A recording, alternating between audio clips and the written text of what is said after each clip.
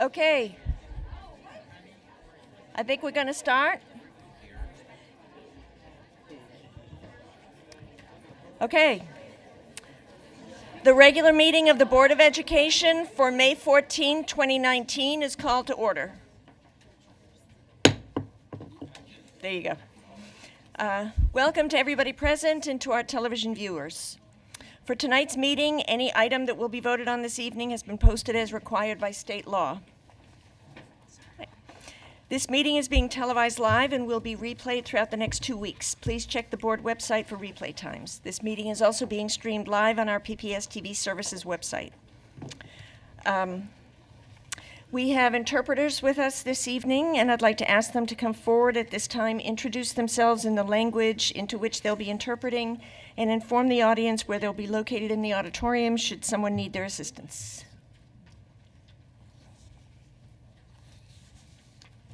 Hola y muy buenas tardes, me llamo Daniel y voy a estar ofreciendo el servicio en interpretación en español para los que les gustaría. Y también si hay gente que quiere señalar con las manos, yo puedo acercarme hacia ustedes. Muchas gracias.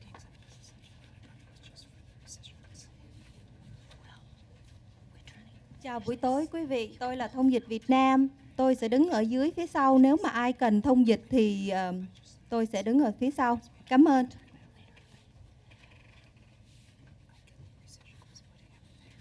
Здравствуйте, меня зовут Жанна, я переводчик с русского и на русский язык. Если кому-то нужен мой сервис, я здесь для вас, обращайтесь. لغة الصومال هديرك تلو فسره لنا عزجيس كسمات. Здравствуйте, меня зовут Даша, я переводчица русского и украинского языка, и если вам нужна моя помощь, я буду сзади зала.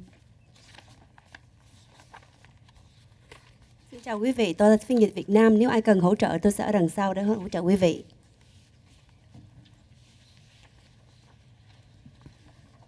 你好，我係你嘅廣東話翻譯，我喺依邊。你好，我是你的華語翻譯，有需要的可以找我，我在這邊。Mi nombre es Obdulio Chavarría Jr., soy intérprete de español. Si alguien necesita mi ayuda, voy a estar allá atrás. No tenga pena venir a preguntarme. Mi nombre es Concha Palomo y trabajo para Passport to Languages. Hablo español. Si me necesitan mis servicios, voy a estar atrás. Gracias. Mi nombre es Katia Pineda, soy ocupada intérprete español, voy a estar ahí atrás también.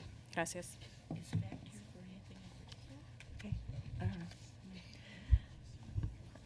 Director Constam is absent tonight because she's attending senior night festivities with her son, who is a graduating senior. Board members, are there any items in the business agenda that you have questions on that you would like to pull out? This does not include individual action items listed on tonight's agenda. I'd like to pull out the 3 second readings, just so we have a brief public discussion or overview of them before we actually vote on them. Okay. We're going to move right into student and public comment. I'd like to review the guidelines for public comment. The board thanks the community for taking the time to attend this meeting and provide your comments to the board. We value public input as it informs our work, and we look forward to hearing your thoughts, reflections, and concerns. Our responsibility as a board is to actively listen without distraction from electronic devices or papers. One quick reminder, if you could keep oversized signs down so that you don't block the view of other people, that would be appreciated. And if we need to keep some space on the stairs so that people can leave if necessary. Okay, thank you.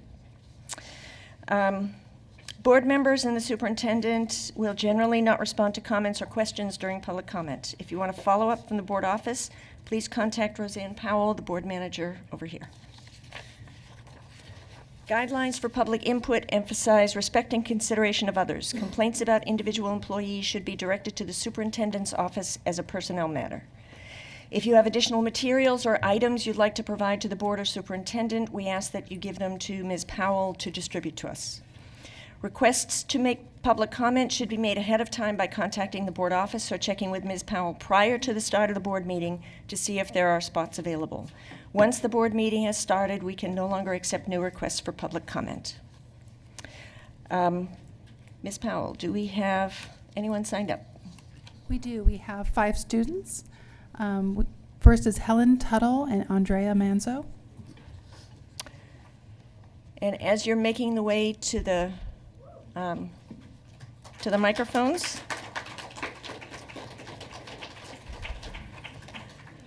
I'd like to remind you of the guidelines for public comment. You have a total of 3 minutes to share your comments. Please begin by stating your name and spelling your last name for the record. During the first 2 minutes of the testimony, a green light will appear. When you have 1 minute remaining, a yellow light will go on, and when your time is up, the red light will go on and a buzzer will sound. We respectfully ask that you conclude your comments at that time. We appreciate your input and thank you for your cooperation. Go ahead. Hello, my name is Helen Ingram, I-N-G-R-A-H-A-M, Tuttle, T-U-T-T-L-E, and I'm a senior at Roosevelt High School. Today I'm here to speak about the inclusion of LGBTQ history into the standard high school curriculum, high school social studies curriculum. So I've been a PPS student my whole life, and about a year ago I began to notice a gap in the curriculum around the contributions and history of the LGBTQ community. It simply did not seem to be taught. This detail is really relevant to me. As an active member of the Portland LGBTQ community, I've heard lots of stories of students that have experienced homophobia or transphobia in this school, and when considered in the larger country's issues, it is especially important as the LGBTQ community is especially vulnerable. For example, a 2017 study conducted by the Human Rights Campaign and the University of Connecticut found that 70% of LGBTQ youth have been bullied for their sexual orientation, and a separate study by the CDC found that LGB students are 3 times more likely to seriously contemplate suicide than their straight peers. There's clearly a problem, and I believe that we should be working on doing all we can to address it. I want to say that I understand and appreciate all that PPS is doing to support the LGBTQ community already. There's good work going on that I've personally been a part of and benefited from, and I believe that what we already have is doing well at creating safe spaces for kids in our schools. And I also know that we can do even more. Including LGBTQ history in classrooms is a clear next step in making our schools safe and welcoming for LGBTQ students. Currently, only 3 states, California, New Jersey, and Illinois, in the country require LGBTQ history to be taught in schools, and should PPS join this movement, it would demonstrate that our education is truly inclusive, and it would send a strong message to LGBTQ students that they are even more fully a part of the conversation and that they have a place at the school. As there are 3 states that have already begun to expand the curriculum, we know that it is possible to do so already, and there are examples of how to successfully begin implementing it. It is also worth noting that I'm not here to request a separate class, simply that we add to the existing curriculum of social studies classes to continue to grow and expand our ideas of what constitutes as history. The PPS mission statement states that our goal is to educate all children to be responsible citizens who value the richness of diversity. And I've noticed this really come to fruition, how we're constantly expanding our curriculums to reflect the true reality of the world. And I hope that as we continue to create a more diverse teaching of history, LGBTQ people are included and represented as well. Thank you. Thank you.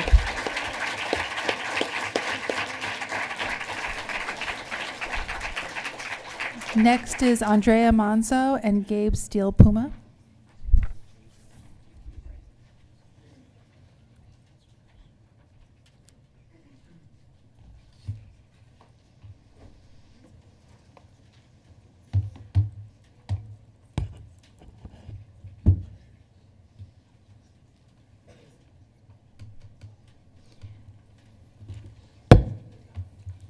My name is Andrea Manzo. I'm a senior at Roosevelt High School. In January of 2019, I sat in on a focus group for ESL students arranged by Roosevelt staff, where the ESL director, Veronica Magallanes, came to listen to the questions, concerns, and feedback from ESL students and teachers about the changes for the 2019-2020 school year at Roosevelt and other high schools.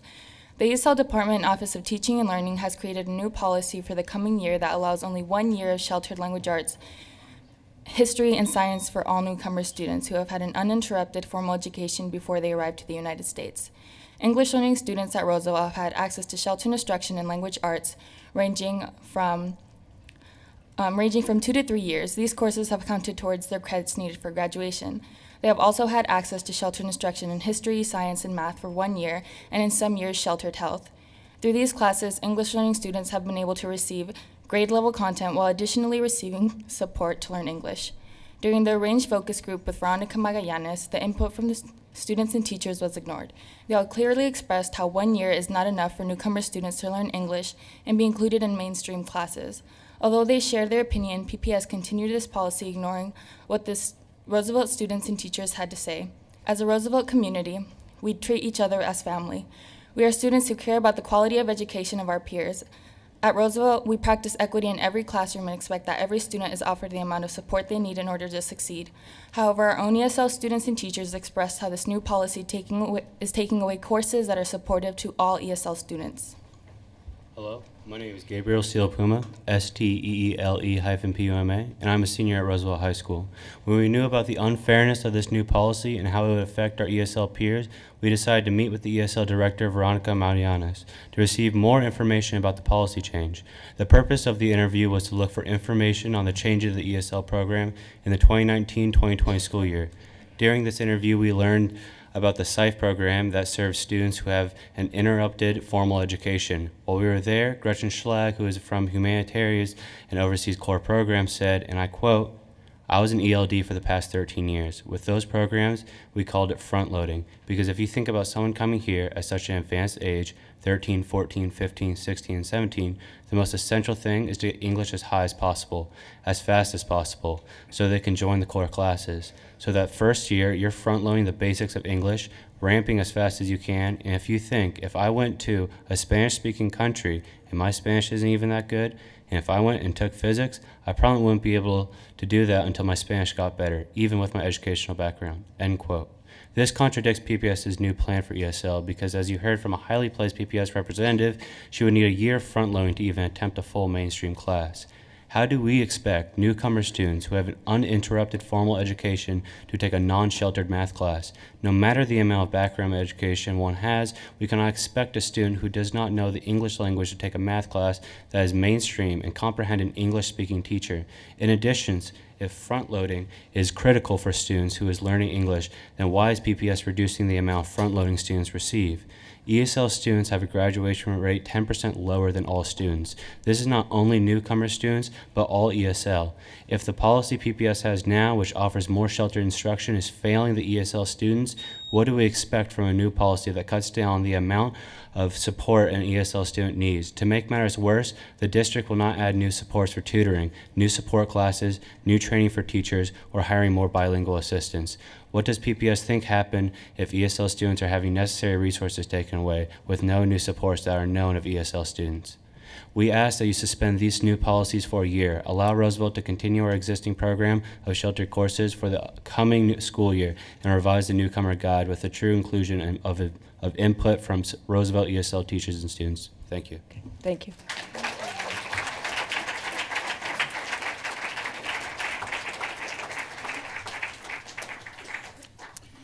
Next, we have Kaya Yonamine and Saria Chinam.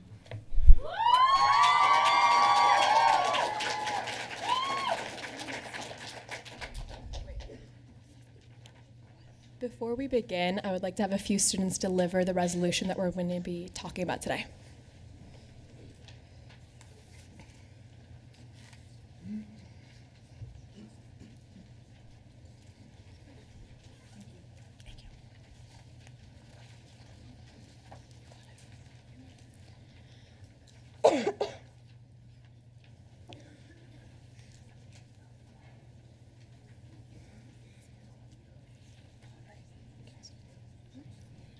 My name is Kaya Yonamine, KaiyaYonamine, and I am a junior. This past spring break, I went back to my family's home islands of Okinawa to witness the destruction of our beautiful, sparkling ocean and vibrant coral reefs against the will of our own indigenous people. As cement blocks continue to crush our sea life and our elders stage die-ins in the streets to stop the chaos unfold before our eyes, I returned to my high school to find nothing in our curriculum even mention climate change and climate justice. We don't learn about the increasing typhoons in the Pacific, destroying backyards, graves, and whole schools. We don't learn about how they've installed signs on every block of my family's homeland to mark how many feet above sea level we are in case a tsunami potentially wipes us out. We don't even learn about the Pacific Climate Warriors and what they've done to block the coal ships that contribute to the destruction of our island's identity and culture. As a Pacific Islander student at Roosevelt High School, I know that not only is it wrong to not learn about such a pressing issue, but also that certain schools, specifically the ones with more historically students of color, are given the shorthand when it comes to access to this kind of necessary education. The PPS education equity policy states that the district shall provide every student with equitable access to high quality and culturally relevant instruction and curriculum. If we as a district are going to uphold these rights to just education for us students, this curriculum is essential to understand an issue that deeply affects the lives of many students in PPS, including me, my friends, and our communities.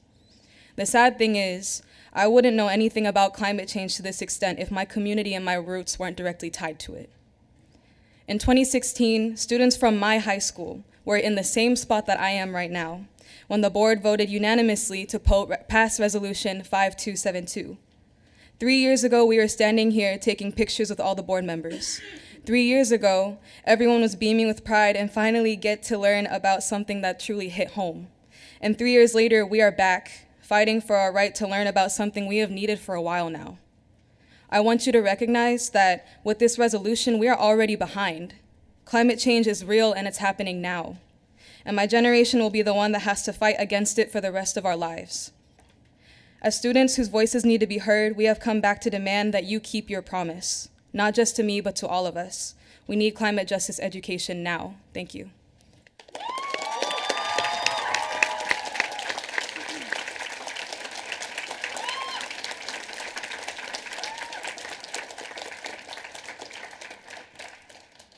My name is Shreya Chinnam,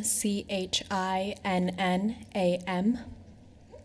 Before I start, I would like to ask everyone to take a moment of silence for 10 seconds to honor and acknowledge people from Puerto Rico, the Marshall Islands, New Orleans, Native American communities, and any other life affected by the impacts of climate change, including every single person sitting in this room today.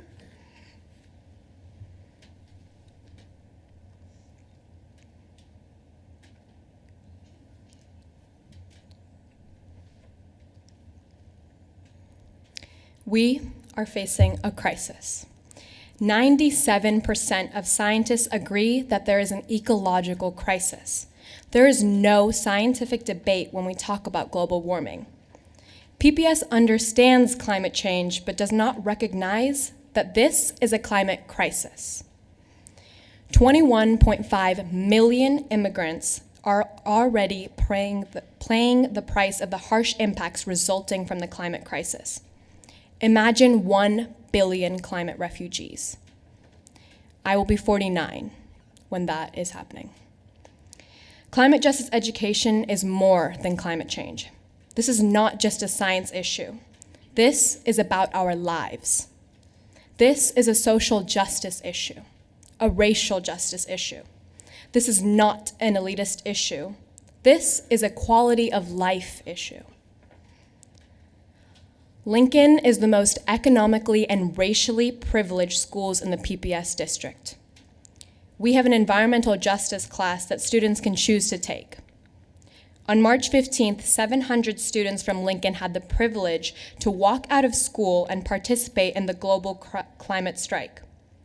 Students from other PPS schools that are more racially and economically diverse were blocked from walking out of their schools and faced harsher consequences. What does that say about the equity in PPS? We are facing a global crisis. This is affecting us now. We don't have time to waste. We have waited 3 years for the implementation of this resolution. PPS must be held accountable for their inaction. Climate literacy curriculums already exist, but we are choosing to stay stagnant during this crisis if the school board does not act immediately. This curriculum will directly affect every single student in this room, as it will be implemented in the 2019 to 2020 school year. We demand that the school board not risk our future. I'm here in response to the inaction of our district. We demand that the superintendent email all PPS teachers and administration about resolution number 5272, informing them that this curriculum will be a part of the 2019-2020 school year. We also demand that the school board responds by May 21st with an update regarding the progress of implementing climate literacy programs into curriculums. This must be followed by monthly updates until the curriculum is a part of all PPS schools. Lastly, I would like to ask the school board to look around this room. I see students that care about their future. Each and every one of these kids has made a sacrifice to be here. We should not be here right now. We should be playing a sport, being outside, doing our homework, engaging with our peers, spending time with our family. We should not be at our district office demanding for something that should have been in our curriculum 3 years ago. Knowledge is power. Thank you.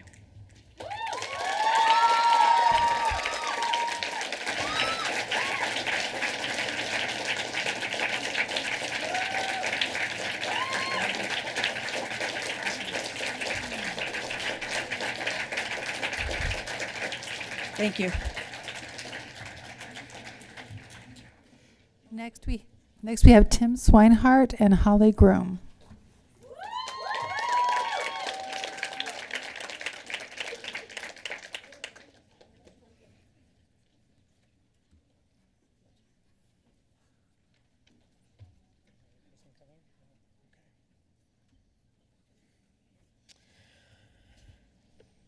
Good evening, members of the board, Superintendent Guerrero. Not really sure why I'm here. I think it's kind of, I don't really need to be here. I was thinking about just ceding my time because there's not really anything that I can say. Kind of realized this. I told Director Rosen on the way in. It was just kind of occurred to me. This says everything right here, right? But I did prepare some remarks, so I'll go ahead and share them. So I'm here. My name's Tim Swinehart. I offer testimony tonight as a social studies teacher at Lincoln High School, as a member of the PPS Climate Justice Committee, and as a proud father of 2 daughters, one of who's sitting right here behind me, who are finishing kindergarten and 3rd grade at Glencoe Elementary. 3 years ago, almost to the day, many of us gathered at Madison High School to listen to the testimony in favor of Resolution 5272 and celebrate the unanimous passage of that resolution. It was at that point in time, and still is, the most comprehensive climate literacy and climate justice policy in the country. We stood at that time poised to show national leadership on climate justice education. We knew that the hard work, though, was ahead in implementation. We could not have imagined, though, at that point, that 3 years later on a sunny Friday in March, that students would be occupying the parking lot here at this building, demanding a full and equitable implementation of a resolution long overdue. It does seem that students have finally gained the attention of district leadership. And I'd like to acknowledge and thank Superintendent Guerrero for his engagement with students over this last week regarding their demands for bold and comprehensive climate justice education in PPS. Your commitment to working with students, Superintendent Guerrero, and the Climate Justice Committee to move this urgent work forward is welcome.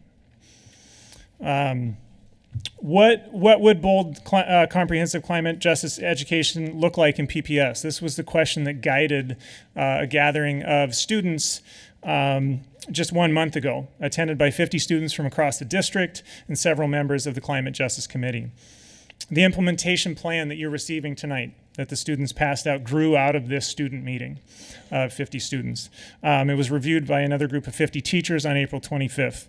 It includes demands that all PPS students have access to meaningful and interdisciplinary climate change curriculum, that teachers and administrators receive robust climate justice training and professional development, that the district supports a student climate justice advisory committee, and youth summits, that PPS seeks out and develops partnerships with frontline community organizations to inform and guide climate justice curriculum work and professional development, and that PPS administrators support the activism and leadership so brilliantly displayed by student organizers in the last few weeks and seen here tonight. We would like to ask the board to participate in this process as well, in your capacity as an oversight board. And so it seems prudent that the board continues to provide active oversight of the implementation process in these demands that are laid out here. This includes, I think, reconsidering the budget proposal that was given to the Office of Teaching and Learning by the Climate Justice Committee that has been denied at this point by the Office of Teaching and Learning, but I think is probably worth reconsidering. This includes a summer curriculum camp devoted exclusively to climate justice curriculum called for this summer, the development of a curriculum of a climate justice website, and a full-time TOSA to support this immediate implementation, the full and equitable implementation of this resolution. To conclude, this implementation plan that you're receiving tonight is bold, it's comprehensive, and it demands that the district commit substantial energy and funds to climate justice education. In other words, it's exactly what we need and what students deserve in the midst of a planetary climate emergency. And it's also what sort of sets us up to kind of become the national leaders in this that I think we can become. In the words of Greta Thunberg, the founder of the global student climate strike movement that has so inspired so many of our students here, our house is on fire. Let's start acting like it. Let's not put this off a moment longer. Let's commit today to a full and equitable implementation of Resolution 52. Become the national leader in climate justice education that we stand poised to become, and finally provide our students the education they need to meet this moment in history. Thank you.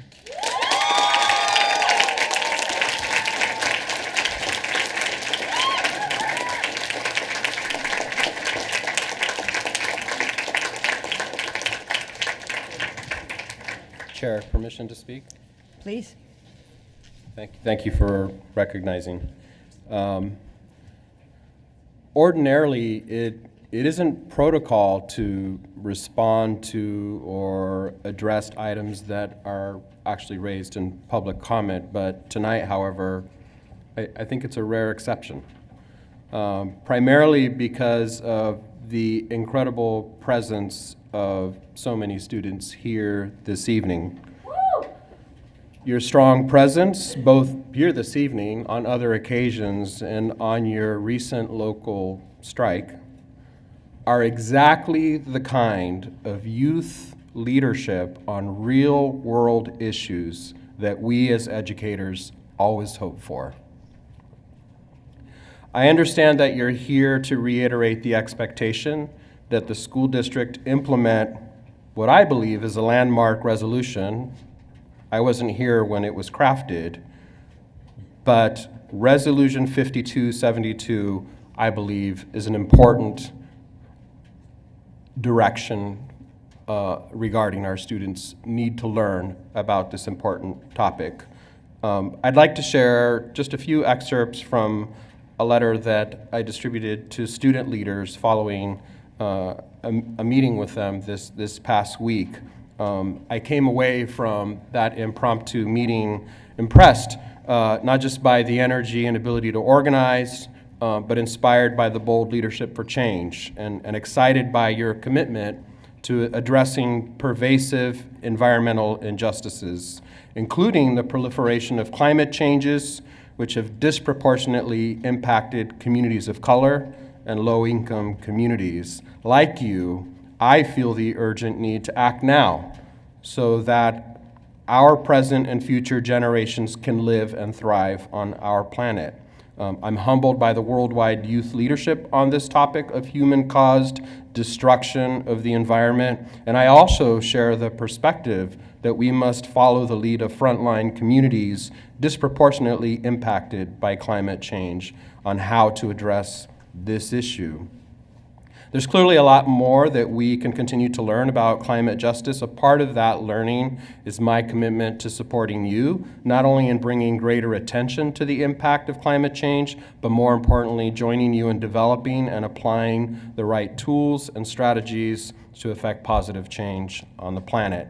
I have directed our staff to provide an update on our work to implement Resolution 5272 to date and an introduction to a roadmap for future actions. And so while we've made some progress in some of these areas, there's much more work to do.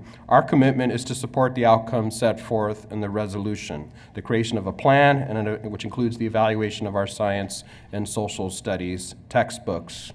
Some of you might have noticed on your way in today a bunch of very large displays at the back of the room. They are part of a community installation that was at the OMSI this weekend, inviting the community to comment on a year's worth of work which community stakeholders engaged in that described and constructed a vision for Portland Public Schools, and specifically for the kinds of skills and dispositions we believe our graduates should have as a result of their time in PPS.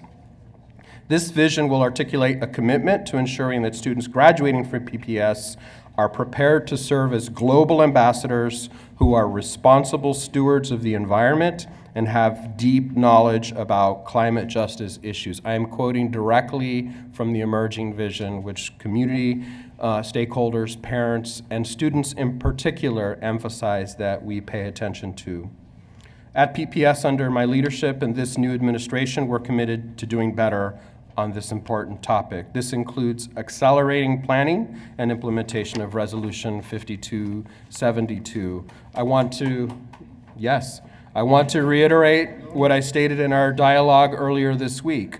I strongly believe that Portland can be a global leader on climate justice. And as your superintendent, I affirm that your right for a better, safer, healthier environment is urgent, timely, and one that will change the course of history. I expect in a short amount of time that we be able to reflect back on a great deal of progress that I believe we will be making on this topic. Thank you for coming here this evening. Madam Chair, just from the board perspective, first of all, I want to thank all the students for coming. We have two requests from the students. I would like to ask that from the board perspective, we provide some sort of response to them per their request so that they know we've heard them. I think that this is an issue that the board has had a discussion about, but it would be good for us to respond to their request since it was a board passed resolution. I also want to recognize Director Rosen, because I know that on a monthly basis, you raised this issue about the implementation. You were a principal player in the crafting of it and stewarding it through. So I want to just recognize that, but I do think as a board we should respond to the students' requests. Do you have a suggestion? Maybe not to volunteer Director Rosen, but maybe have Director Rosen draft something for the rest of the board to consider.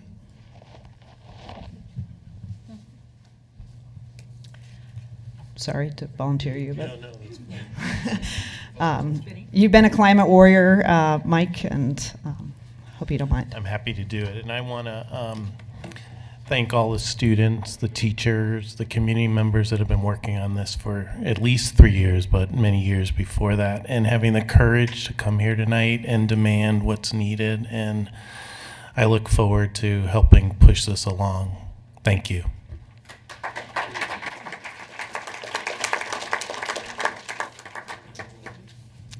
Okay, thank you all for showing up.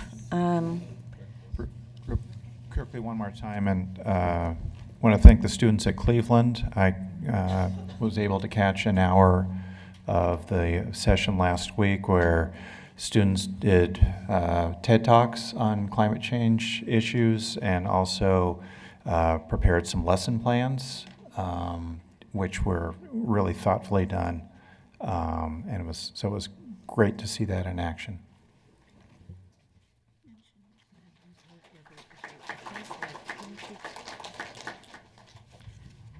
And I also just wanted to mention to the students, yes, thank you all for coming and for all of you testifying on the topics that you did. So we're listening not only about the climate change, but all of the other topics, students, that you discussed tonight.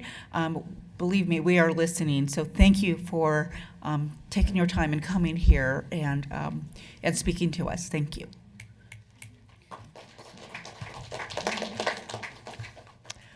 Okay, thank you all for your advocacy.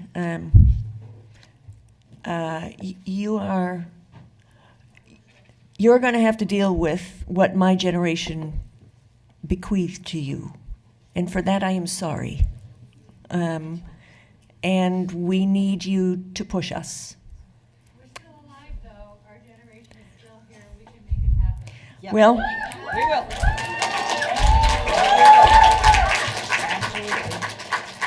We can certainly help, but I think you're the ones who are going to have to make it happen. You're doing it right now. And thank you for all of your work to date, and I think we're all looking forward to making some more progress on getting this curriculum going and in the schools and creating a generation of climate warriors to save us all. So thank you.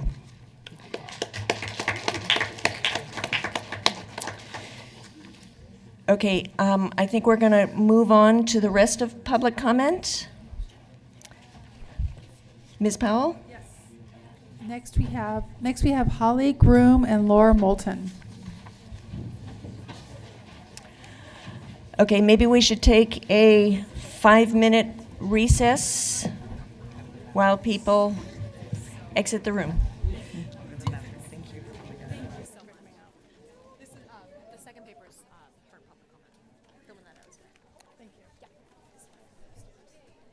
Pardon me, there is food upstairs.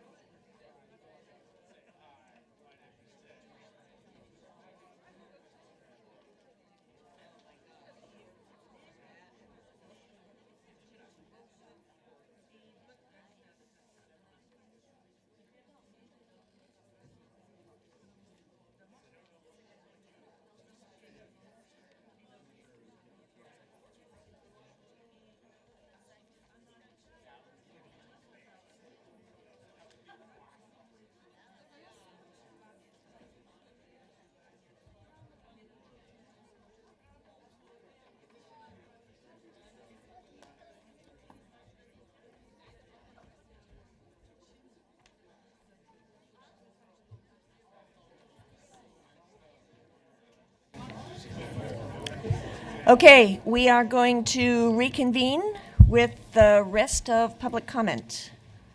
Ms. Powell, who's up next? Next, we have Holly Groom and Laura Moulton.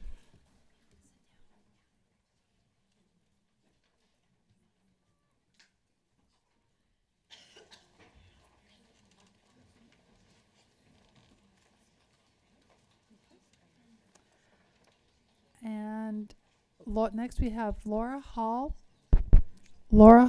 and Yana Gevo-Dikov.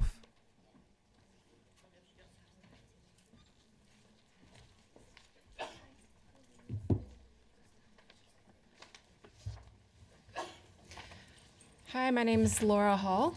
My daughter Alice starts kindergarten at Chief Joe next fall. My son Henry will go there in a few years. I work for the Regional Disaster Preparedness Organization, which is housed within the Portland Bureau of Emergency Management. I'm also a team leader for the Portland Neighborhood Emergency Team Program, and I'm a report writer for the Oregon Seismic Safety Policy Advisory Commission. But today I'm here as co-chair of a group called Parents for Preparedness. We call ourselves P4P.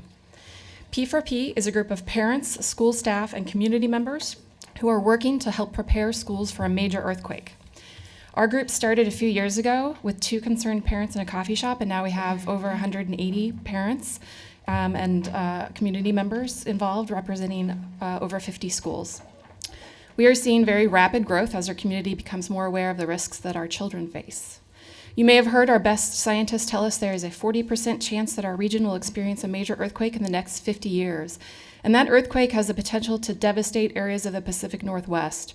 Here in Portland, we expect unreinforced masonry buildings and other fragile buildings to fail, which means to collapse or partially collapse. Even in more modern buildings, we expect glass to break, furniture, objects, and debris to fall on people. Cell service and internet will go out, and utilities will stop working for an unknown amount of time. Several of our bridges will collapse, and many people will be stuck wherever they are for several hours or days. P4P works with parents who are concerned about this. We share what we've learned with each other about doing preparedness work in schools. We talk about improving earthquake drills, strapping and rearranging furniture to make classrooms safer, doing school reunification drills to ensure that staff know what to do and parents are motivated to think about their plans, and storing supplies that will help school staff care for themselves and our children if we can't get to them quickly. Our goal is to be productive. We don't want to blame individuals or schools or the district for what has not been done. When a new parent joins us and they ask us why aren't schools doing more to prepare, we explain that it's complicated. It's a complicated past and a complicated present. And we encourage them to join us in focusing on how we can creatively work together with each other, our school staff, and the district to make our schools safer. We've formed a strong partnership with PPS Director of Security Molly Emmons and Emergency Manager Kyle Olson, and that relationship has been very productive and positive and mutually beneficial. We frequently encounter people, including teachers and administrators, who are not concerned about this earthquake. They either don't know about it or don't think that it will happen in their lifetime, or they worry about it, but they have many other things to worry about that feel much more immediate. But the Cascadia subduction zone earthquake is coming, as are countless other disasters such as drought, flooding, and fire caused by climate crisis. P4P members believe that schools play a very key role in disaster awareness and preparation. And as parents, we put a great deal of hope and expectations in their ability to respond. We have a number of really great ideas that we would like to share with you. They are cost effective and have the potential to make a huge impact, and we would like to meet with you to talk about that. We have, in addition to our ideas, lots of connections and influence with Multnomah County, Portland Bureau of Emergency Management, Mercy Corps, and other government and non-government agencies. And before I go, I would like to point out something really critical here, which might not be obvious. Our members represent schools with racial, economic, and cultural privilege. There are many schools in Portland where there are no parent volunteers working on this preparedness effort, and this is a major equity issue. The reason I'm talking to you today is because our ideas for school safety have the potential to impact all PPS schools, not just those with parents who have time, resources, and cultural capital to volunteer. I would like to request an opportunity to talk with you more, and I thank you for your time.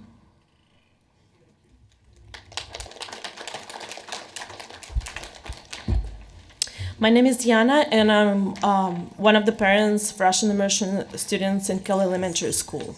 Today, we're here to express our appreciation as a community for today's response from Dr. Ivan Curtis that PPS considered our request to add back to second Russian immersion kindergarten classroom at Kelly Elementary School. Dr. Curtis states in her letter that the district has decided that they will add back a second Russian immersion kindergarten class if we have 31 additional kindergarten students enrolled by Friday, August 16, 2019. Although we appreciate this change in decision and opening the doors of access and opportunity to the Russian-speaking minority of the Portland metro area, we're not sure what this means. As for right now, we have 61 applicants. 26 are from Portland Public School and 35 interested out-of-district applicants, including 14 siblings of current enrolled students. Dr. Curtis asserts that PPS will make every effort to accept siblings of current out-of-district students in the program. This statement appears to be promising, but with the summer break around the corner, the opening of the second kindergarten class is still at risk. According to the staffing document released by the district, kindergarten class size is 15 to 28 students. Why is this different for Russian immersion classes? Can we agree on a set number of students for Russian immersion for keeping 2 strands every year as 40 to 42 students? In the PPS racial equity and social justice statements, Guadalupe Guerrero asserts that PPS must foster and promote a collective vision for public education so that every student, regardless of race, gender, socioeconomic situation, special needs, or ability, has access and opportunity to kindle his or her unique spark and to build knowledge and skills to achieve their goal. Although today's decision appears to express PPS commitment to racial equity and social justice, the future of 2 strands of kindergarten remains uncertain, as every year we have to face the same uncertainty that creates a lot of additional stress on the community, adds to anxiety, and undermines trust. The Russian immersion program is our only hope and dream for our children to have access to build the knowledge and skills. First of all, we're here today to ask the board to develop a long-term plan that can help to promote Russian immersion program equitably. We would like the board to be aware that our language immersion schools and Portland Public Schools held 2 kindergarten connect events at the school before the in-district lottery ended, while Kelly Elementary School only held 1 kindergarten connect event before the end of the in-district lottery. The second connect on April 29 was too late to allow in-district families to apply. With half the promotion other program received, it's not surprising that enrollment was less than what it could have been, but the lack of promotion does limit access and opportunity. Secondly, we insist that the decision about the program be made in collaboration with parents and community members. In the past 3 years, decision-making took place without community input, without any invitation to collaborate or engage in the future of the program. We welcome Dr. Curtis's suggestion to work with Jonathan Garcia, Portland Public Schools Chief of Engagement and Strategic Partnership, to assist with community engagement and community building for the entire Kelly community. How should we believe that PPS really intends to engage in opportunity to support the broader Russian-speaking community across the region when no long-term plans are being made to strengthen the program? Why, for instance, are Spanish immersion program being built out across the city while the Russian immersion program, already marginalized to a far corner of the district, is constantly targeted for further costs? Why doesn't Russian immersion have a different location in the city? PPS needs to begin to engage with the Russian community equitably and in good faith. Finally, we appreciate that Dr. Curtis is now considering the impact on the community of closing 1 kindergarten class, and we support her consideration. Today, we ask you to collaborate with us in order to develop a specific and actionable long-term plan to strengthen the Russian immersion program across the city. Thank you. Thank you.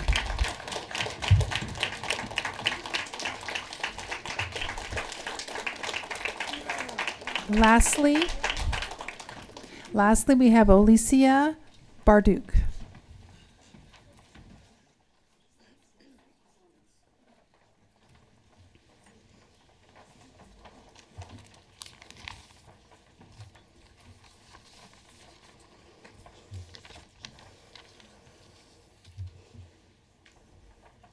Good evening. Do I need to push a button? No? Okay. All right. Dear ladies and gentlemen of the school board, I should announce myself, right? Okay. My last name is Bordioug, B-O-R-D-I-O-U-G, and I teach 5th grade Russian immersion in Kelly Elementary. Dear ladies and gentlemen of the school board and Superintendent Guerrero, we, the teachers of the Russian immersion program at Kelly Elementary, are proud to be a part of the PPS national leadership role in promoting dual language immersion in public schools, thus providing students with access and opportunity. We completely support the PPS's focus on closing the achievement gap for historically underserved students. The PPS's disregard and disbelief that the Russian-speaking community is a legitimate minority continues to be a leading obstacle in addressing the needs of this historically underserved and disadvantaged community. Every year, the Russian-speaking community faces the uncertainty of whether the program will have two strands or not. This threatens to weaken PPS's commitment to equity and support for a historically underserved community. Keeping this second strand is essential to sustain the program through middle and high schools. Therefore, we ask the board to develop a plan that is supportive of the program and ensures the timely and equitable promotion of the Russian immersion program to PPS families to have two strands. The communication to parents and community often state that the reason for limited ability to receive interested families is due to low numbers of in-district families combined with an ability to receive large numbers. Well, at Kelly, there is enough space capacity to host two strands. The changes to the open enrollment in Oregon is also often cited as the reason for the PPS's limited ability. However, there is inter-district transfer, and there is another way to admit interested students. In our letter to the board from February 14th, 2017, we asked the board to consider whether it is really justified to claim a lack of interest in the program, given that it was placed at the furthest corner of the school district in Southeast Portland. It is unfortunate that the school district has, despite that warning, made no long-term plan to make the Russian program more accessible to the broader Russian-speaking population in PPS. The Russian immersion program and the Russian-speaking community should not be denied access and opportunity to education because of the district's failure to prepare. We therefore once again appeal to the board to consider an additional location for the Russian immersion program in PPS. While other immersion language programs are either centrally located or spread across the district in several locations, the Russian immersion has been relegated to a far corner of the district. Every year, the Russian-speaking community deals with uncertainty around continued access to the program. Attempts to close one strand of kindergarten sends the unsettling message to the Slavic minority of the greater Portland area that it is not welcome, not worthy of inclusion, and is not part of diverse culture of PPS. So we ask the PPS board to determine the number of students that can be accepted from outside of the district to keep the two strands. And furthermore, we also want to ask the board to create a committee to develop a long-term plan to support the Russian immersion program, including opening an additional, more central location. Thank you very much. Thank you.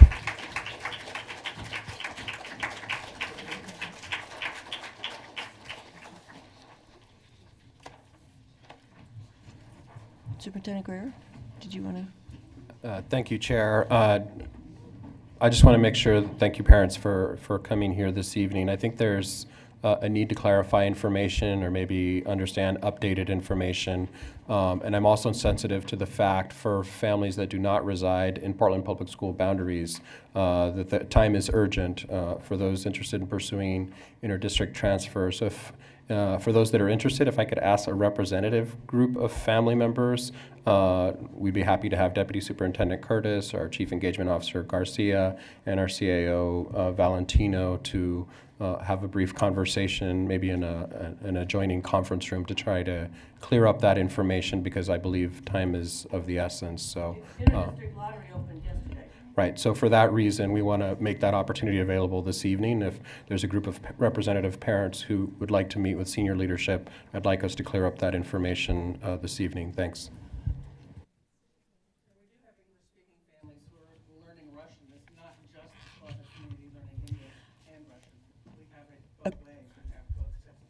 Okay.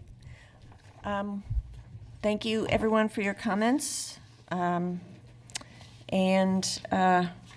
We'd like to move on to the next agenda item, the Community Budget Review Committee report. I'd like to ask Sarah Kerr and Harmony Quiroz, co-chairs of the CBRC, to come up and deliver your reports.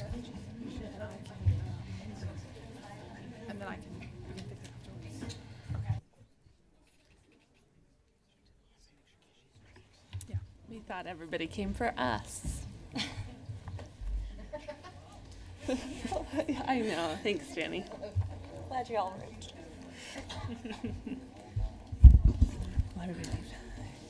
Good evening. My name is Harmony Quiroz. This is Sarah Kerr. We are the co-chairs of, we are this year's co-chairs of the Community Budget Review Committee.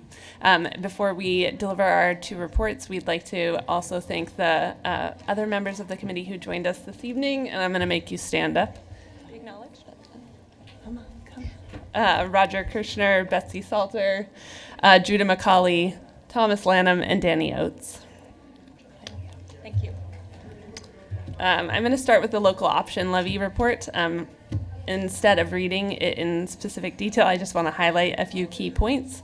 First, we have found that the district, using the special finance tools, has spent all of the money for 2017-2018 as directed by depositing the money into the sub-account. As of May 6th, 2019, the district has received a $93,342,239, which equates to about 870 teachers for the 2018-2019 year. We'll acknowledge that the cost of a teacher went up just slightly over last year. We funded about 790 teachers last year with local option levy funds.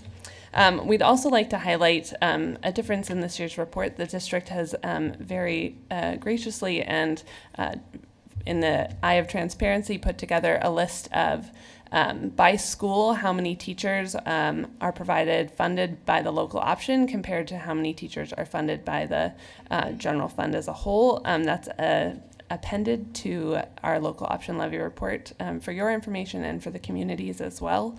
The last thing we'd like to highlight is that the local option levy is back to a vote this year, and we are so grateful to our community as a whole for continuing to support these important funds and that very much reduce class sizes and improve the experience of all of our students. And we would encourage the board to consider raising the rate of the levy at the next, when it comes to a vote in the fall.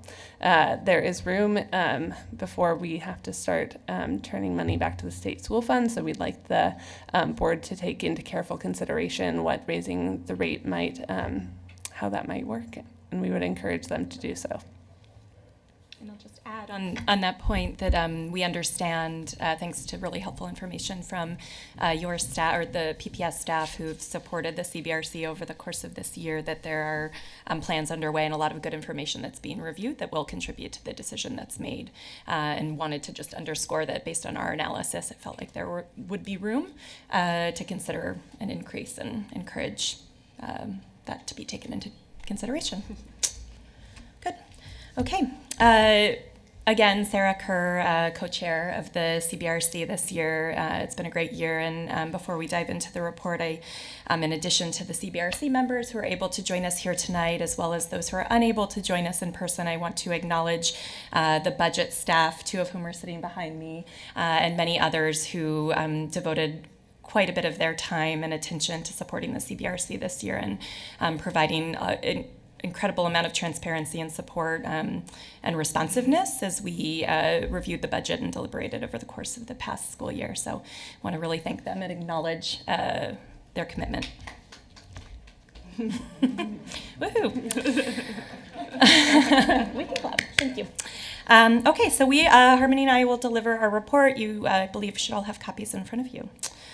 So the superintendent's proposed 2019-20 budget will decrease overall staffing in schools and cut 2.5% of central office costs to minimize instability in the face of our state legislature's failure to provide even a maintenance level of funding for the 2019-20 school year. And like other vested education stakeholders in this community, we have been closely tracking efforts in Salem to pass landmark revenue reform that would significantly increase K-12 funding in the state of Oregon. And as of the time of this writing, we had not yet had the activities that transpired yesterday, so I will slightly amend our written remarks to say that we are incredibly grateful to the state legislature for fulfilling their obligation to serve students and their communities by passing the proposed $2 billion package just yesterday. While this well overdue investment in Oregon's education system will not go into effect until the second year of the current biennium, it will help the district, PPS, to plan and implement a more stable vision and strategic plan in the 2020-21 school year and beyond, and much of that work is underway and just ready to be implemented and fully funded.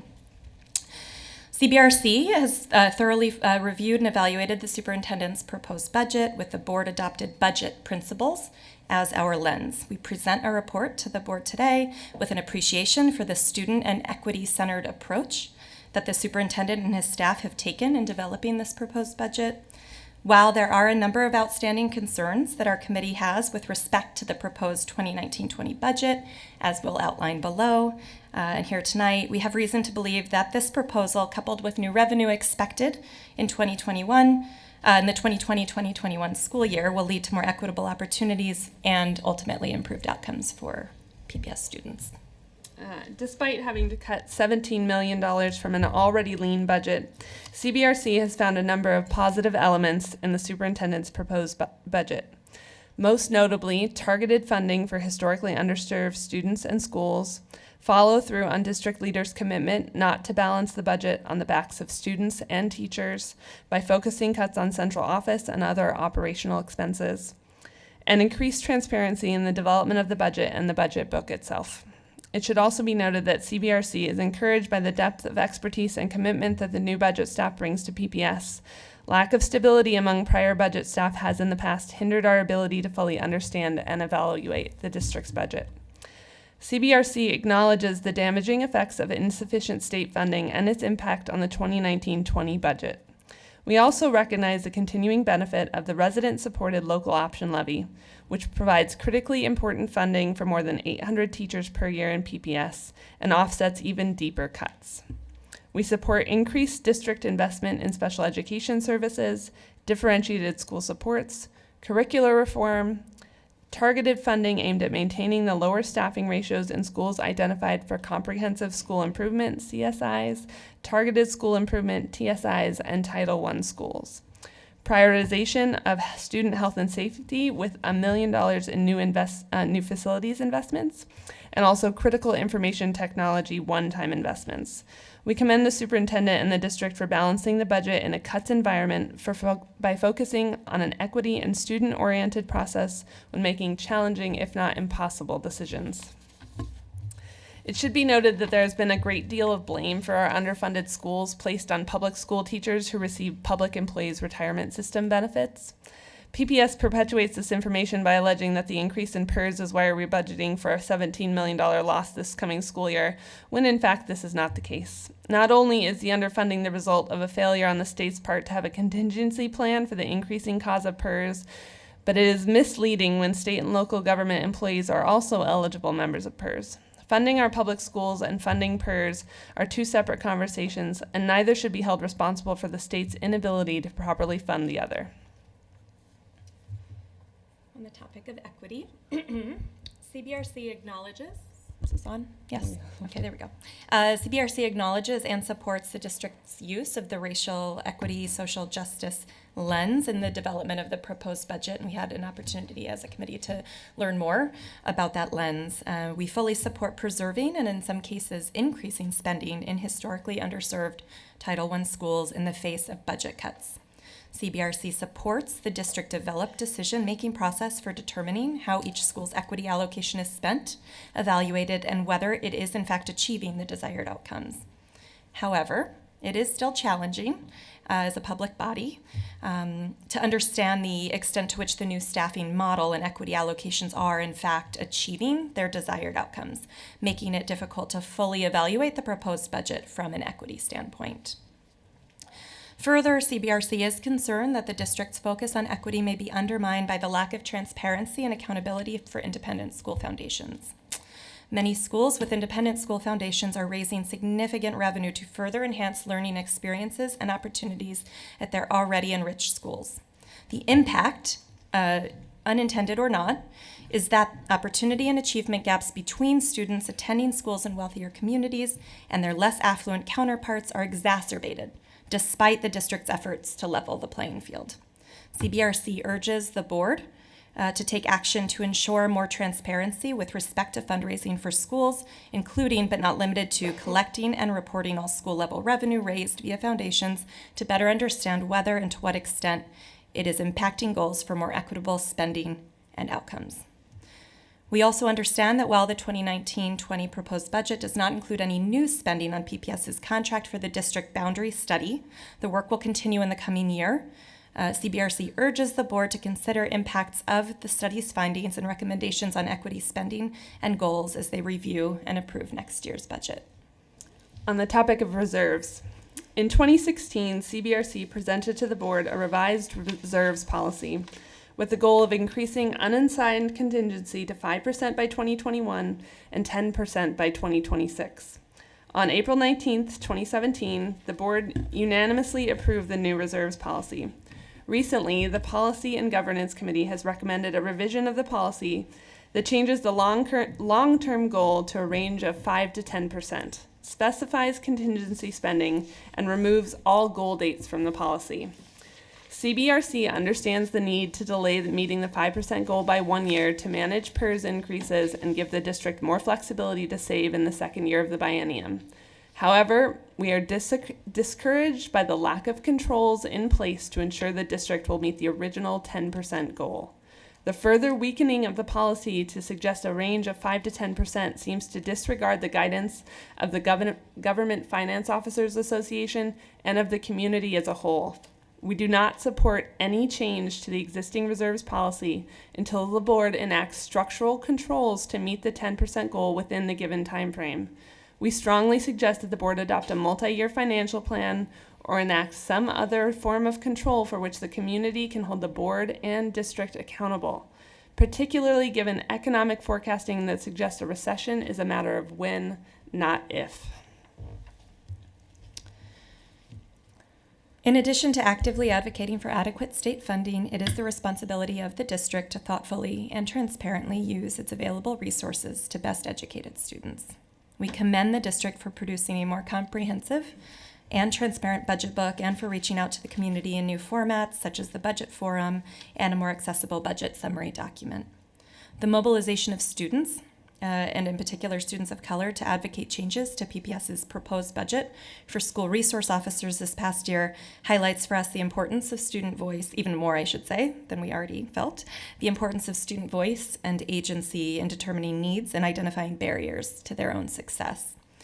CBRC strongly recommends that the district more intentionally, consistently, and authentically seek out opportunities to engage students, particularly historically underserved students, in the budget planning and development process. And I think as we've seen tonight, there's quite a bit of excellence out there in terms of students and student voice that we can be tapping into. CBRC is hopeful, that's still my part. CBRC is hopeful that the forthcoming completion of the district's visioning process and strategic plan will be a starting point for addressing many of the existing inequities in the district. Until the vision is approved by the board and available to the public, and there is a clear plan for implementation and measurement of impact in place, we ask that the board fully and carefully consider the concerns and requests we have made before adopting the budget. And we are happy to respectfully submit this report on behalf of our committee members and are very happy to take any comments or questions that you have. Thank you. Thank you for all the work that went into it. I know it's quite a lot of work. Been there. It's much appreciated. Any questions from the board? Yep, I've got a couple. And just a comment. So thank you to all the members of the committee. I know that you've been meeting on a regular basis and really appreciate getting additional perspectives and eyes on the proposed budget. So thank you very much. You also have a special responsibility in terms of looking at the local option dollars. So I know you're sort of the independent community review. And so I guess just for the record, I want to ask that when you reviewed the district's expenditures, the local option funds, that you found that they'd been spent as had been promised to the voters? Yes. So all for Yes. teachers? Yes. Okay. Yes. Yes. Great. Yes. Thank you for the Yes. confirmation. And then I wanted to ask about the proposal that you made of raising the rate of the levy. So are you proposing a specific amount up to the cap, or what is? So in our limited research, we looked at rates of, the current rate is $1.99, suggesting a rate of $2.25 would probably be the highest the district could go. The limit at which it affects our state school fund receipts is about $117 million. At $2.25, we'd bring in about $109 million, about $10 million more, about $10 million more than we do now, which is about 100 teachers a year, which is a significant amount. So was there any discussion, thank you, Mhm. was there any discussion in the committee about just sort of the overall tax burden on, and I don't say, it's kind of probably the wrong word, burden, because I think Portland voters have been very generous. But because in Portland we have the art tax, housing, children's levy, the historical society, by the way, paying for the whole state, and a whole host of other things that are already on the property tax, and then a pretty significant increase in our bond, a step up last time. So I'm wondering if there was a discussion about that. And I know the Metro Council is looking at a potential huge addition to putting something else onto the property tax. So just the impact that has on affordability of housing and the cost of housing in the city. Yeah. I can start, and then Harmony, you should add. I mean, we absolutely had discussions about more holistically what the average Portland citizen was facing in terms of tax burden, to borrow your word, and just Don't repeat it. The realities that we're in. It's It's not the right probably one. not the best one I'll use. And we also had conversations in the context of the recent, at the time we had the conversations, the legislation hadn't passed, the state funding. So we did have conversations about sort of the realities and challenges and potential tensions of asking local voters to, raise even more revenue in light of the new funding that was coming in. But I think based on the very brief and imperfect analysis and data we had available to us, and sort of the historical willingness and support that Portland residents have put towards passing these levies or the bonds we felt that there was reason to believe that there wouldn't be concern this time around. But we understand there's lots more activity going on, including polling to understand where the voters are on this particular issue that seem wise to take into consideration that we did not have available to us. I think it's important to also note the local option levy is a very clear measure of its impact is very clearly measured in teachers in schools. And I think the district's done a good job this year of breaking that out even further so that parents and community members can see how it affects their specific schools, the school their kid is in, the schools that the neighborhood students are in, and how many teachers are provided by those levy funds.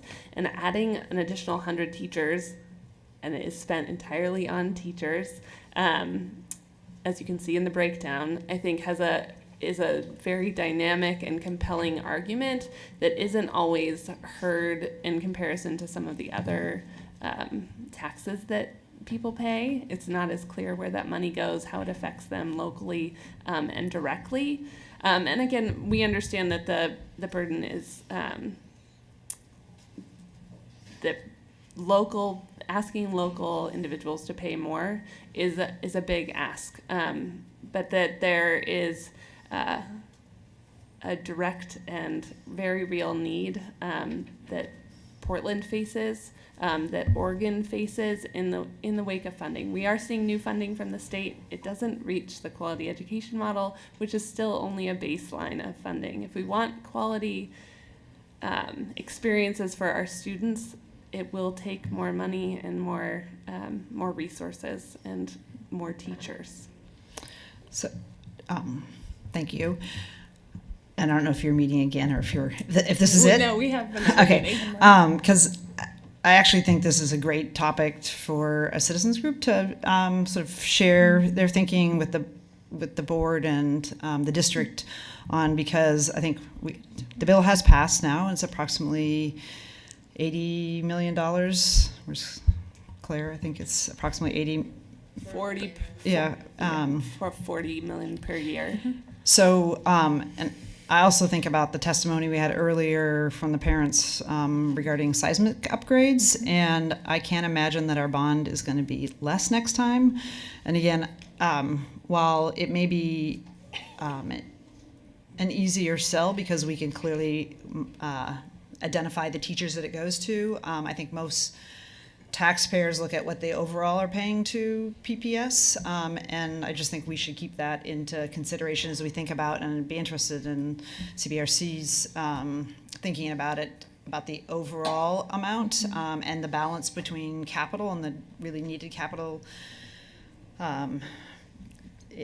improvements we need to make across the city, and we're way behind on those, and then how that balances out on the teacher side. If we were to add, I'm not at all suggesting not a continuation, but I'm just thinking about that extra increment, and I don't think voters or taxpayers necessarily are going to make the distinction of which bucket it goes into. They have a certain amount of money, and it may limit what we need to do somewhere else. So I think it's worth having a discussion now that we have new information with the state. Yeah, I think we discussed quite a bit about trying to identify like an average amount of like a Portland homeowner would pay, and which is a very difficult calculation to make, right? Like, what's that additional amount? Very different depending on where you live in the city.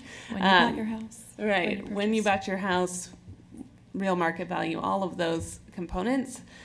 We still felt like that there was room and space, and obviously balanced against a possible need for a higher bond level and things like that certainly need to be taken into consideration. I think it's something I think the other thing to note is the local option levy has always been a very clearly, it's been easy to hold the district accountable for how those dollars have been spent, which hasn't always been true necessarily on the other taxes that community members pay. And I think when a campaign is raised around the local option levy, that's an easier sell to the voters about what you're asking for and the difference it makes in this district. That's right. Yeah, I just want to clarify, did you say you don't expect the bond amount to go down next time, or the tax rate? I don't expect the next bond to be less than $790 million. Just given the vast need we have. I don't expect us to put a bond for a lesser amount on the board, just my own personal opinion. Okay, so that would be, because our current bonds have tails, that would be a considerable increase in the tax rate. I'm not, and we've seen other plans, so I just want to. Yeah, I think it's higher. I think it's higher already. People always, I think, vote, and then when they get their tax statement, whatever it is, I think people always are surprised about how much it is and the PPS portion of it. Did have a question. If we are lucky enough to actually see more revenue, not next year, but this coming year, but the year after that, would one of your top level suggestions be to work the reserve, increase the reserve? Yes. I think that it has to factor into a long-term plan. I think our primary concern is long-term planning and the long-term stability of the budget.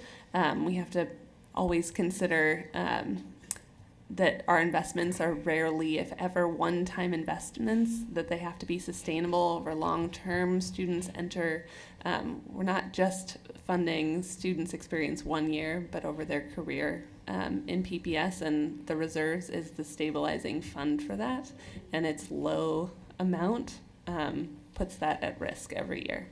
And again, if we're lucky enough to avoid a recession in the next 2 years, that this is the time of rich when we have an opportunity to put it away for the next cut cycle that we know is absolutely coming sometime or other. Yep.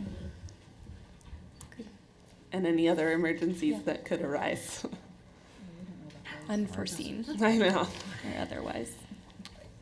So I just had a comment, and since there's members of the CBRC here, and Roger Kirshner has been sort of a regular at our policy and governance committee meeting, so he's sort of heard the discussion, but I think it's worth maybe sharing the perspective about the contingency and reserves policy and the proposed changes. I don't think there's any intention to weaken the commitment to reserves. I was on the board in 2002 when the very first reserve policy was put into place, and actually money put in it. In general, it's not best practice to put actual dates in policy because policies should be relatively timeless. It's a statement of your values. So the statement of a range and having reserves and what their purpose is for, and that you're not using your reserves for sort of ongoing operational ads, but more sort of maybe one-time dips or when you have a recession. So the proposed changes weren't at all in an attempt to weaken the policy. There's other places I think we could make that same statement. It's just what you don't want to have to do is every year go back and change the policy because you've got dates in it. So generally, as you do policy work, if there's dates in it, you should be cleaning those out, and you can put things in administrative directives or in the ongoing budget documents. And we've had several conversations with the deputy superintendent for business and operations about where that commitment would reside, so that the community would see that commitment and also be able to hold us accountable. It's just policy is sort of an awkward place. A policy is an awkward place to do it. So maybe we could have a discussion of what, if it's not in the policy, what CBRC would perceive it to be as the place where it is a commitment from the district leadership and the board to those targets and those goals in a place other than policy. Yeah, I think we're open to any of those controls. I think that the concern is the changing of the policy without simultaneously enacting those controls. So just as a further discussion point on that, the reason we were making the change in the first place is we need to do something because the budget would not be in compliance with the policy.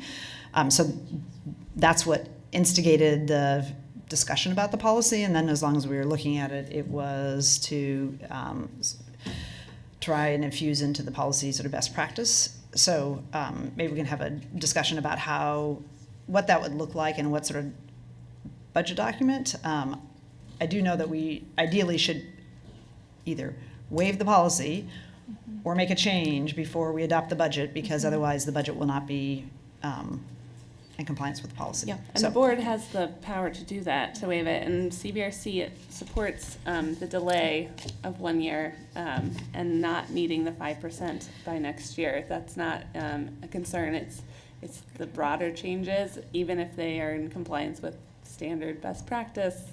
It's not sufficient for us. We've seen you're not all going to be sitting here next year. You're not all going to be sitting here in a few months. So I think it's important for the community to have those controls in place first, or in coinciding with that policy change. If I can just add, one of the other amendments to the policy that's been proposed is a statement that there will be a multi-year financial plan.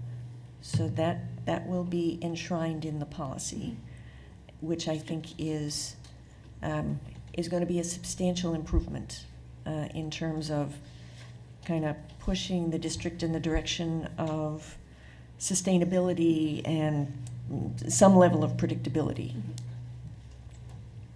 Agreed. So this isn't my question, it's Chair Moore's question, and I think it's a good question to bring up. But She's like, which she- one is that question? it's like being back in grade school, you know, we're passing notes here. If we increase the local option levy, and it's also maybe a question for, I can never remember the titles. Deputy, is it assistant deputy superintendent, deputy superintendent Hertz, around, if we were to go for a higher levy rate, would compression affect that, and so we wouldn't get what we thought we would be getting? It does have an impact, and we have to do a well, actually, we can have an estimate on what each.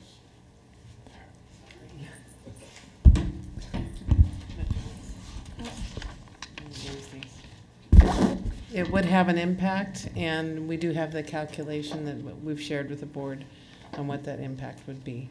Yeah, and it's back there somewhere. Okay. So that, okay, so that was my original Yeah, what's question. your So question? there does, I think there does come a point where even if you increase the rate, the net increase in revenue that we retain is limited by the state-imposed maximums. That's And- correct, and that's what they were reporting on earlier, that if you went above the $1.25 and a If you quarter. went above Sorry, two two and a quarter. It's somewhere between 225 and 250 is where you'd hit the barrier for the state school fund amount. I think Director Moore is talking more about the overall, maybe I'm wrong, but I think the overall amount of money we bring in might change because of also like the metro Yeah. amounts and those types of things, which all contribute to compression. So Yes. I think more math needs to be done than we did, or that rather than Deputy Superintendent Hertz shared with us the math around all of those numbers. We just think it's something that the board should take into careful consideration. It may be an opportunity to raise more revenue. Yeah, and that's correct. It's at least what I am interpreting. It's not the state limit on local Right. options. It's the local compression of the, what is it, $1 per thousand for local government and It's a 50 percent. cents per thousand for education. 10 per 1,000 for local, 5 for schools. We got a Yeah. tax guy. I was- from the- yeah. That was almost what I said. Yeah. And there is What's the also- decimal point here and there? There's also consideration when you approve a levy for 5 years, that making projections over 5 years, you don't want to get so close to the limit that you kick over by mistake.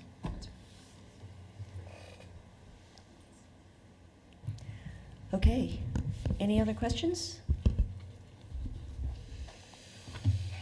Sure. Conversation.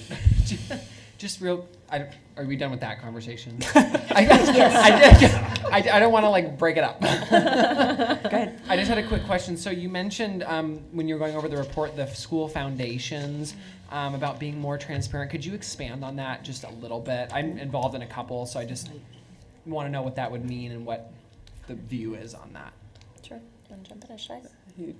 I'm sure we have plenty, both have plenty to Yeah, say. I think it's probably a much longer conversation, but in general, there are lots of different ways that individual schools, as I'm sure you know, are raising revenue that goes to support programming, in some cases staff, in their own schools, and independent school foundations are one mechanism for that local raising of revenue that goes directly to the school.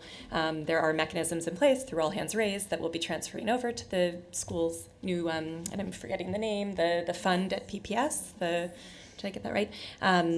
And so there has been good oversight and resource sharing, et cetera, but through the course of conversations we had as a committee, we acknowledge that the general public doesn't have as much access to transparent information about the amount of revenue that each independent school foundation is currently raising, what it's going to support, the impact of that additional revenue on their ability to offer different kinds of programming and staff, et cetera. And I think in the context of the district's very critical goals around closing opportunity and achievement gaps. As a committee, we just acknowledge that unless and until there's more transparency on this independent school foundation side of things, for revenue that's coming in outside of the school funding formulas, et cetera, that it may offset or serve counter to the equity goals, and that the public, I think, has, it's important, I think, that the public better understand and have access to transparent information about how much money is raised and what it's going to.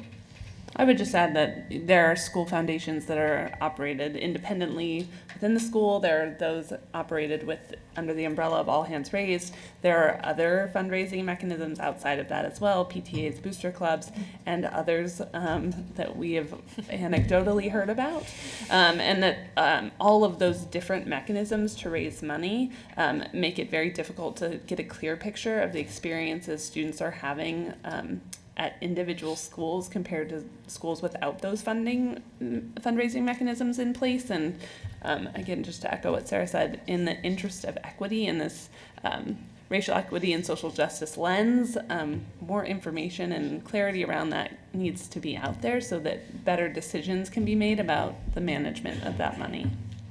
So it's worth noting that the Policy and Governance Committee is going to look at the foundation policy. So since the late 90s, the sort of 1/3, 2/3 purchasing teachers has been in the form of like a memo versus in policy, and we're looking at changing that. So if CBRC had some recommendations, as long as they don't have dates in it, on that front in terms of transparency or reporting, we would welcome the ideas because we're just starting the process.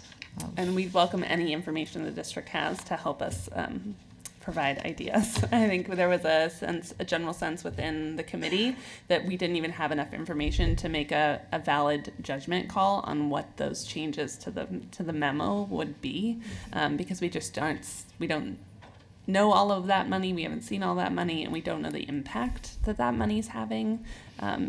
We can imagine what it is, and there are certainly anecdotal stories everywhere about the differences in experiences as a result of those foundation monies, but we are certainly interested in seeing more data as well. So this is a great topic, and we share many of CBRC's observations in this realm.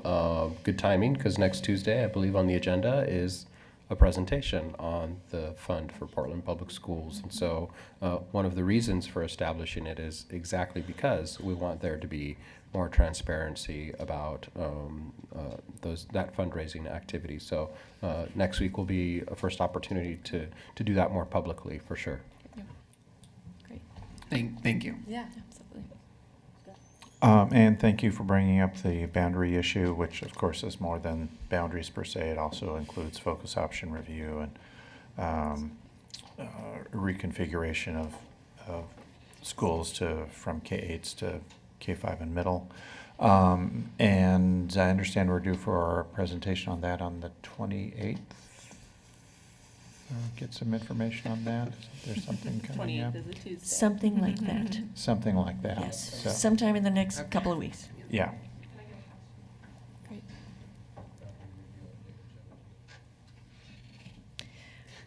Sometime in the next couple of weeks. Great. Stay tuned. Great. We won't be the only ones waiting for that. Yeah. Okay. Yeah, thank you again for all your work. And I just wanted to say one thing before we totally close it out. Thank you for the report, and I especially appreciated the highlighting that PERS is not actually an education problem. It is another example of the state's failure to fund its own pension program that the state established. So it's another example of the state's failure to have structural solutions to structural problems. Unfortunately, school district budgets are going to take a big hit every other government agency is also going to take a big hit. And I would endorse some effort on the part of the state to address the unfunded liability, but it cannot come on the backs of state employees who have contracts. So I look forward to that discussion about how we increase revenues so that the state can fulfill all of its responsibilities. I will take every nickel of this, the $2 billion per biennium for early education and K-12. But I don't think anybody should go home thinking, we're done. We got a lot more work to do to get this state's fiscal house in order. So anyway, thank you for calling that out. I appreciate it. Thank you for all the rest of the work you've done. Look forward to working with you on some other issues. Okay, thank you. Thank you. Thank you. Okay. So I want to move on to the business agenda. I do want to make note that we are about 43 minutes behind schedule, and that's significant because what's next up after the business agenda is a budget hearing, and we expect to have public input, and we've already kept them waiting for 45 minutes. So any discussion about business agenda items, if we could keep it brief, that would be helpful. Okay, so the board will now vote on the business agenda. Ms. Powell, are there any changes to the business agenda? No, there's not. Okay.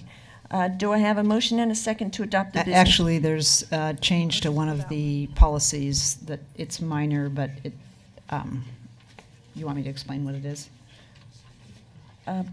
Different from what was posted?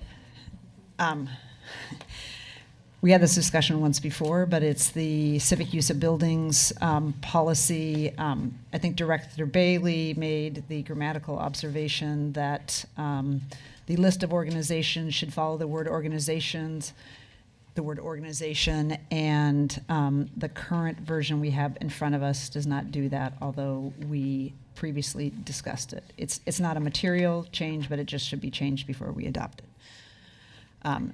So do I need to offer?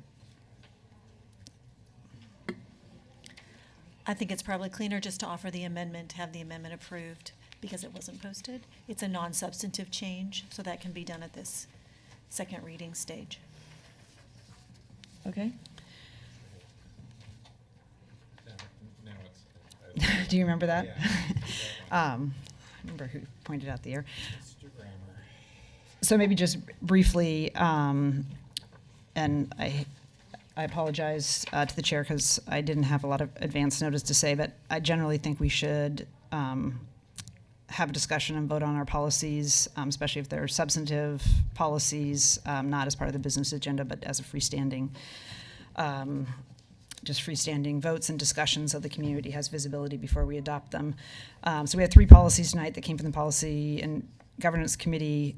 One of them, is the one that requires the amendment, but it also did have some public comment. So if board members didn't receive that, this is the policy that allows for a custodial waiver, fee waiver for Title I schools and other schools that represent historically underserved students. So we received positive comment and support for the policy change, so that should be good. And if you want a motion to move the resolution, do we move the resolution first? A motion to move the resolution. I move that we move the resolution number, so we can get to the policy change.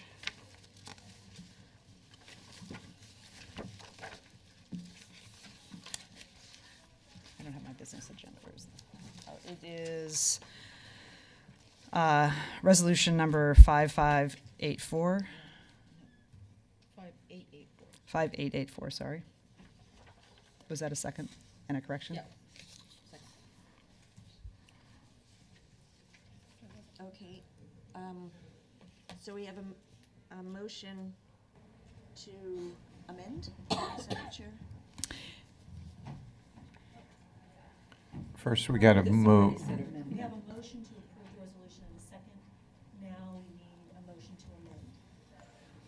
Okay. Okay, Madam Chair, I move that we amend the policy to move the language that has been previously discussed and approved conceptually by the board. The parentheses, E period, G period, comma, PTA, PTO, or booster clubs in paren, and to move that to behind the word organizations. It's just correctly placing. Second. Okay. Do we have any discussion on the amendment? Okay. All in favor of the amendment, please say aye. Aye. All opposed, say no. Any abstentions? Okay, the amendment passes by a vote of 6-0. Okay. Oh, I'm at the end. Yes. Student Representative Paisler votes yes. Okay, any other changes? No other changes, but I would just ask that we share the policy change with the schools that potentially could benefit from the custodial waivers of fee waivers for when they have events at their schools and they aren't able to support that financially, that we share that with the schools so they know it exists, so it's not just something that exists in sort of the policy manual, but that it actually schools know it's available and utilize it for community-based events.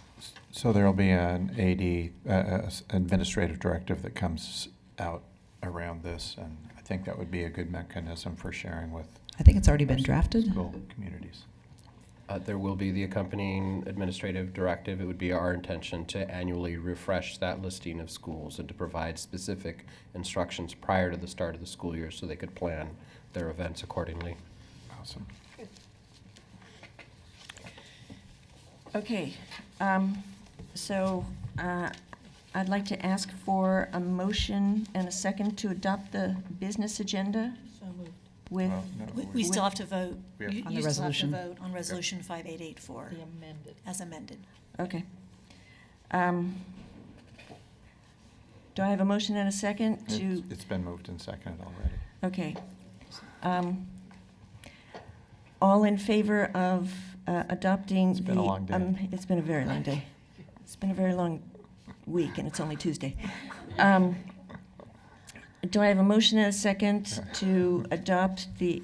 Okay, let's vote. Let's vote. All in favor, say aye. Aye. Opposed? No. Any abstentions? We're good. Okay. Yes. Student Representative Paisler voting yes. Okay. All right. So Resolution 5884 passes by a motion of 6-0 with Student Representative Paisler voting yes. Okay.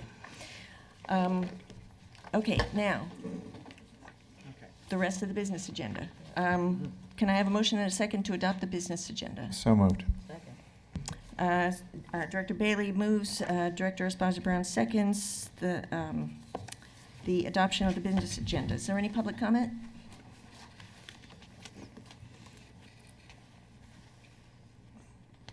Yes, no? No, I'm sorry. No. Okay. Is there any board discussion? I just had a question for the Deputy Superintendent of Business and Operations on the Piper Jaffray contract. And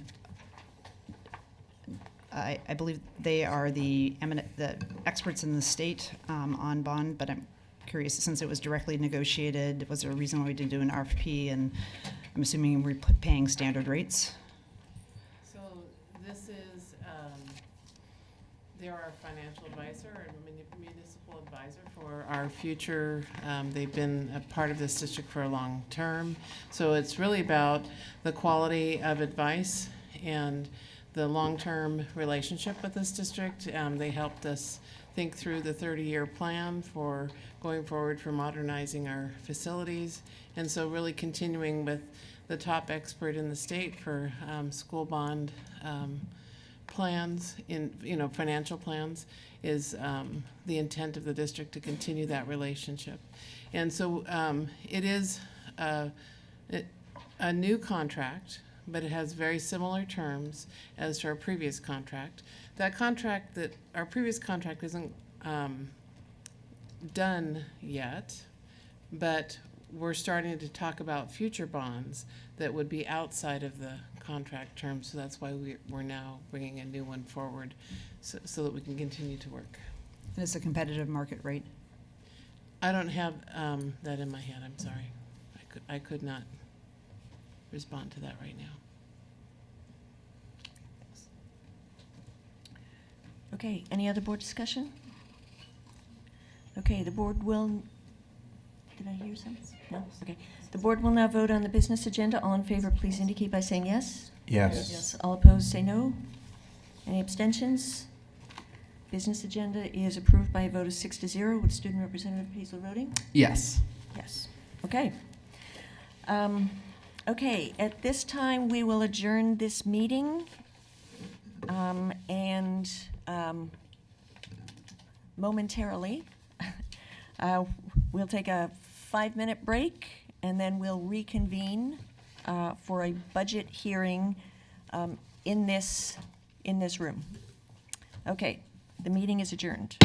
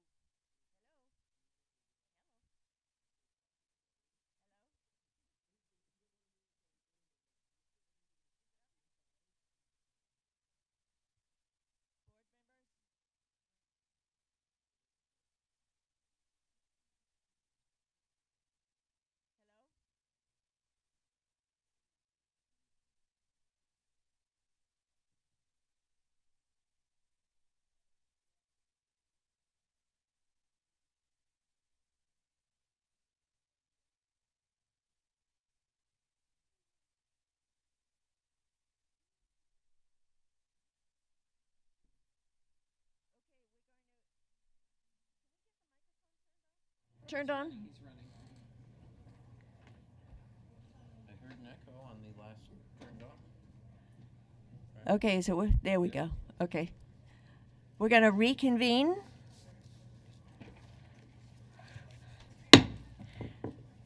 I'd like to call this public hearing for May 14th, 2019 to order and convene the board as the Budget Committee. Thank you all for still being here. The board has set aside this evening to hear your comments on the superintendent's proposed 2019-2020 budget. We are requesting that you please limit your comments to 2 minutes.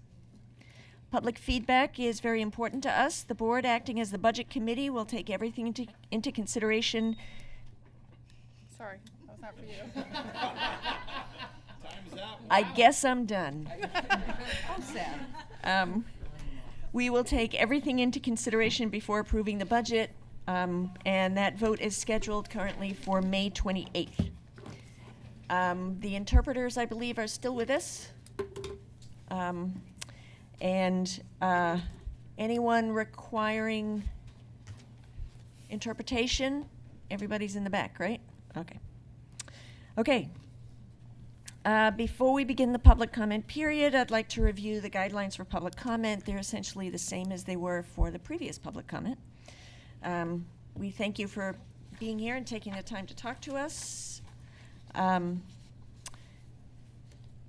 Guidelines for public input emphasize respect and consideration of others. Complaints about individual employees should be directed to the superintendent's office as a personnel matter.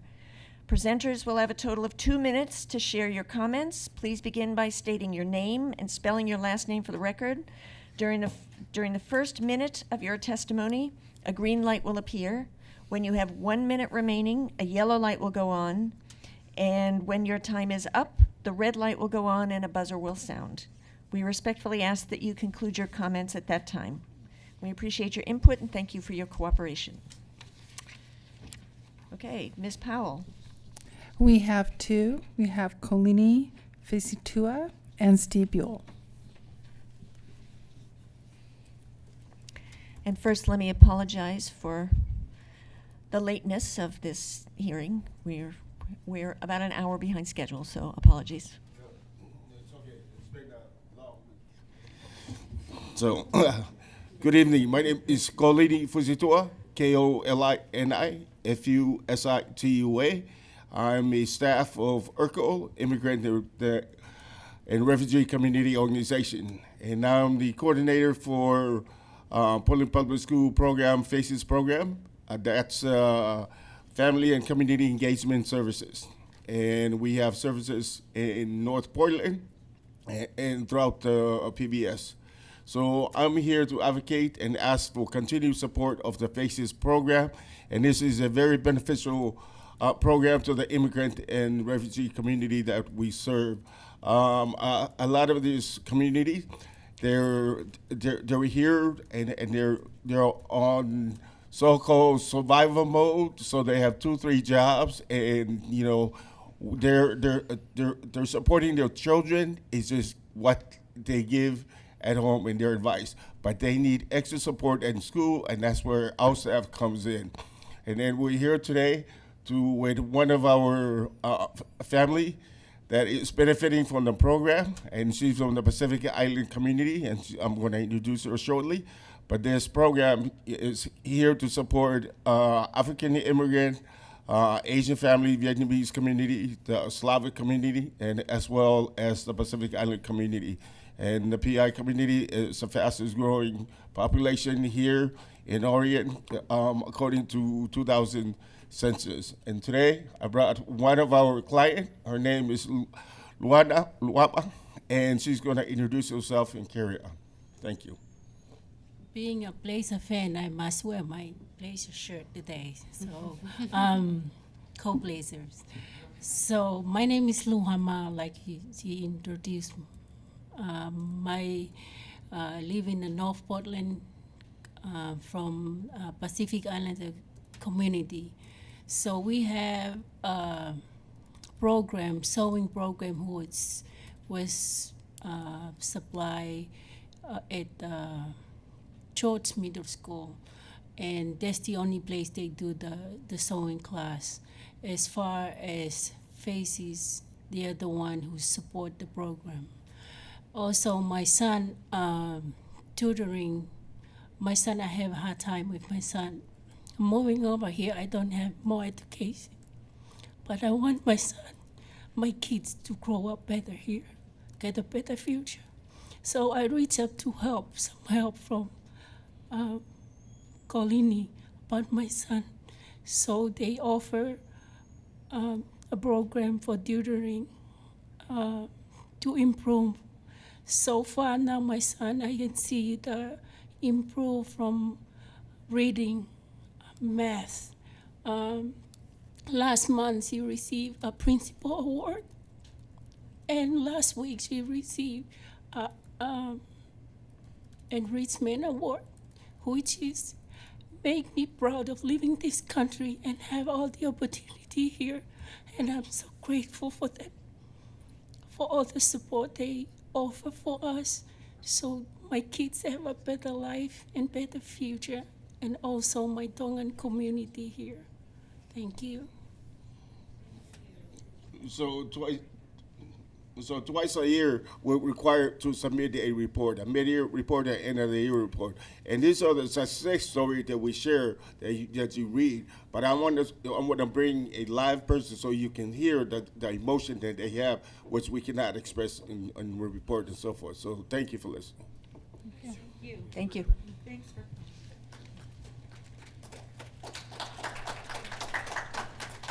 Thank you, Chair. I know that we're following up with ERCO precisely because of the importance of these kinds of services, which we intend to continue supporting. Thank you for your testimony. All right, next is Steve Buell.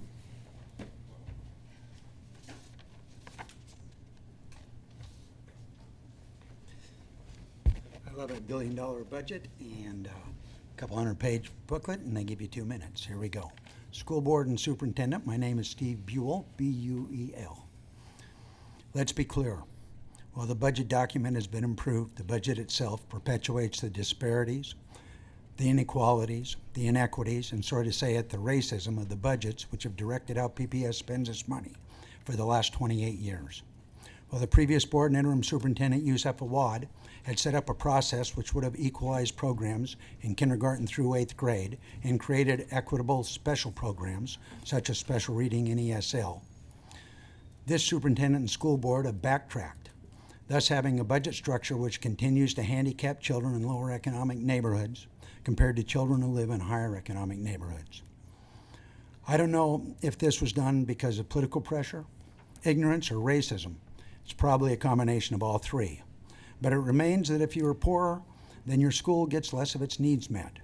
And this impacts the school in a way which causes parents who can flee to often do so, bolstering the downward spiral of education in that school. And the reverse happens in upper economic neighborhoods. By equalizing programs, it would also allow you to make special programs equitable. And the impact here would be huge.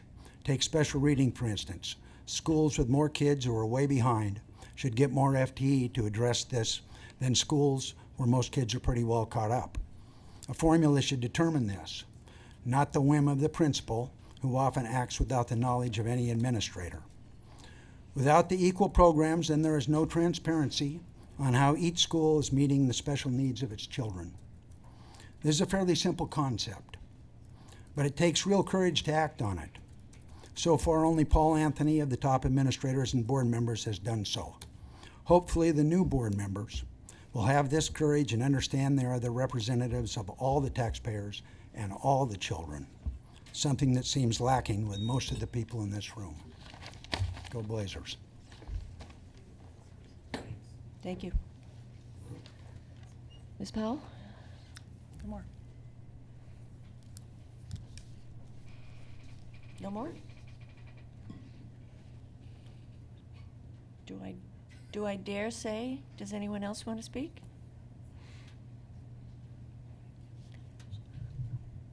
Okay. Okay. All right. Thank you for your comments.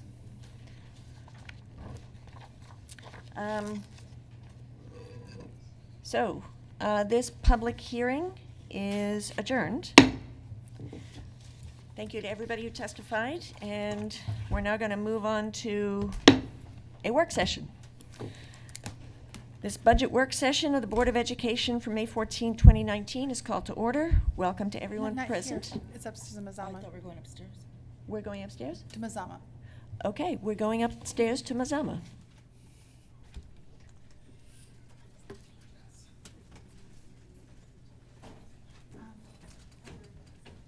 Stephanie, can you sign out those forms so I can go upstairs? Just, they'll tell you where to sign.